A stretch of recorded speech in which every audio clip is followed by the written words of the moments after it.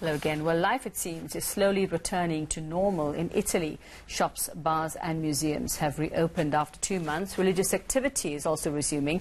The country has over 200,000 confirmed COVID-19 cases and nearly 32,000 deaths.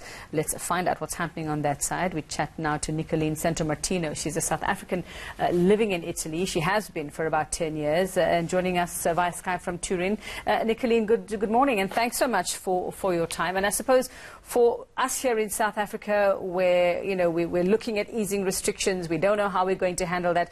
Just give us an idea of your experience over the past 2 months and just what coming out of that has actually meant for you.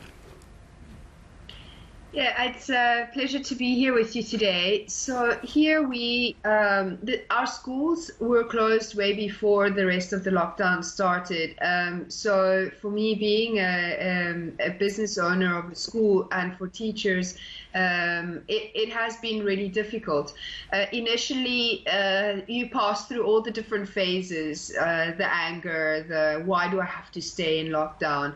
And then we started seeing the results from being in lockdown and how much it really helped, to be closed in our homes, to be respecting the rules. Now that we're allowed to take this calculated risk, there is so much preparation that needs to be done, from the masks to the procedures to entering into different areas, the social distancing, all of the different delimitations that they're putting up. It's been really hard work to start getting back to. Well, as of yesterday, we see that your shops, restaurants, some bars have also been open. We understand that churches are preparing for the resumption of mass as well. Some of them have held masses already. Have people been playing the game? Has the public really been doing what's being asked of them to make sure that you're not pushed back, you're not taking steps back from where you are at the moment? Well, definitely all the business owners have done everything possible to be able to open and to open in a correct manner. We have, though, had things, for example, like yesterday there were 15,000 people who went to IKEA, which is a furniture store, to go and buy furniture and things.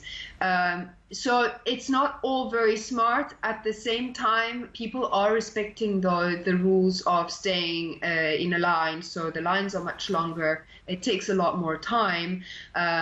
It's just people are so eager to get out there. We've been closed up for so long that we can't wait to get out. And if anything, what have been the major lessons learned for you, your friends, your neighbours, your family there, Nicoline? I mean, during this time, what is it that stands out most for you in terms of lessons learned? And we talk about not sweating the small stuff. Life will never be the same life as we know it. So for you, what stands out from this experience? Well, definitely, I have come to terms with the fact that yes, life will not be the same as it was before. Not for now. It's going to take a while, and I think the more we actually respect the rules that there are, the more it's going to be easier to come back to a normal life.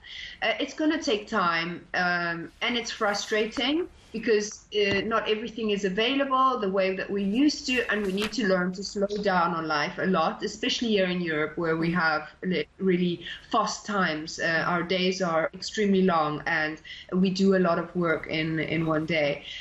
So my biggest lesson is to slow down and to respect the rules, because what has been implemented has been working. So we just need to stay with what they've told us to do. And what are your lingering fears at this point? Well, having a school that is possibly going to be able to function from the 15th of June again, my biggest concern as a principal is to be able to give the children a safe environment that they can play in, and at the same time be sure that the virus doesn't spread easily among my staff members and among my colleagues and among the children. Yeah. So that's my biggest fear at the moment. Yeah, that's going to be a niggle for many of us at the back of our minds as we navigate this as well. Thank you so much, Nicoline, for sharing your experience with us. Italy relaxing many of its rules as of yesterday.